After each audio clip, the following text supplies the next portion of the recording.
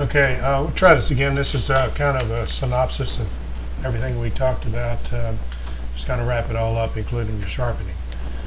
So on every photo that you're going to want to send to Topaz, you're going to want to do your basic highlights down, shadows up, do your white points, do your black points, and then go to the detail.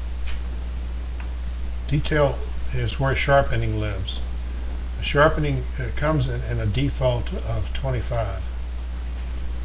All raw files have no sharpening applied. A basic sharpening is 25.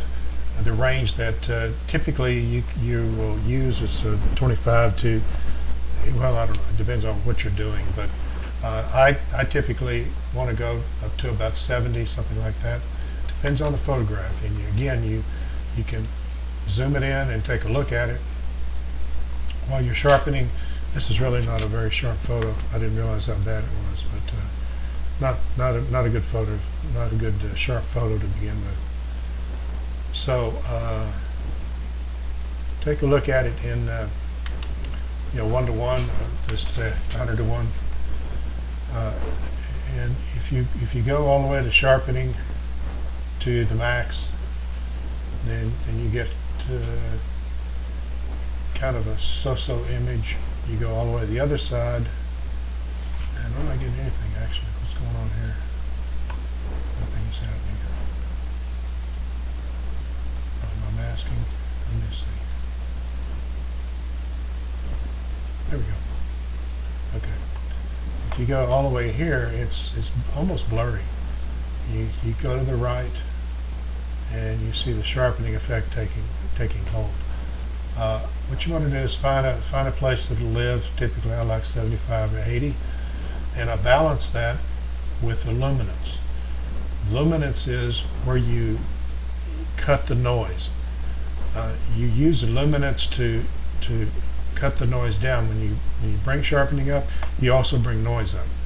Noise just comes in with the digital image. It's just straight signals.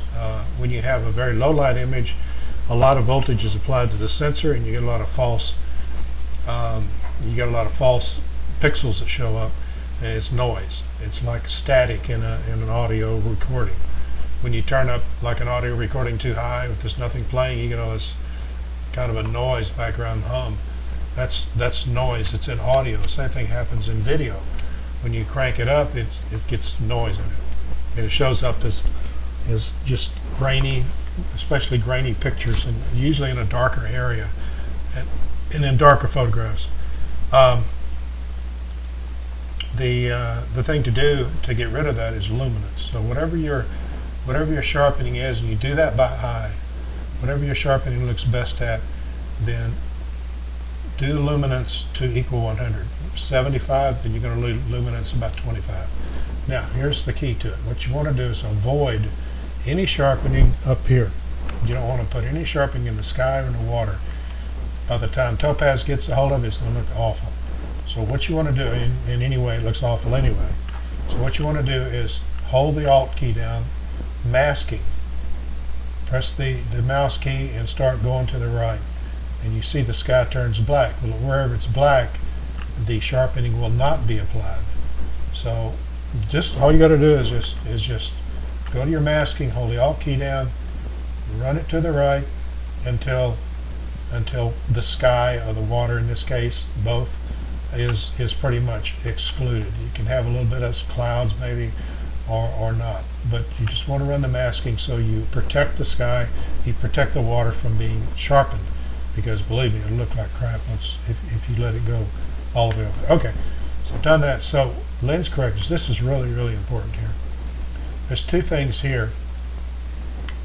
I'm going to zoom in on the, let's look at the tops of these. Let's go 3:1. Look at the tops of these. See this color here? That's chromatic aberration. You're going to get that anytime that you have a dark object and meeting it with a light object. So to get rid of that, boom, you click on that, it goes away. And you click on profile correction. Did you see it jump just then? See how it jumps? If you go to profile, in your metadata for this image or any image, it knows what lens you used. I didn't put this in here. This is a Nikon 18 to 300 millimeter f3.5 to 5.6. It picks that up out of your metadata. It knows. And with each lens, there's a certain characteristic about it that is a little distorted. So this, when you click Enable Profile Corrections, it corrects that lens distortion, and it knows what lens you use. It's just on just about every camera. So anyway, so let me go back up here. Basic, we did the highlights down, shadows up, white point, black point, and we go to detail, go to sharpening, anywhere from 25 minimum to whatever it comes out to be. But when it's whatever this number is here, you want to make the luminance equal 100. Happens to be 75, so we'll go about 225. And then you also want to do your masking. Hold the Alt key down, run this mask slider to the right until your sky is black. That's all you got to do. You don't have to. It's not rocket science. It's real easy to figure out. And so that's it. Do not do any highlight priority. Any vignetting. Don't do any vignetting here at all. You can bring it back if you want to after you're done. Bring it back and do that, but don't do it here. And so I can't think of anything else. So there it is. Let's see if this one works. Goodbye.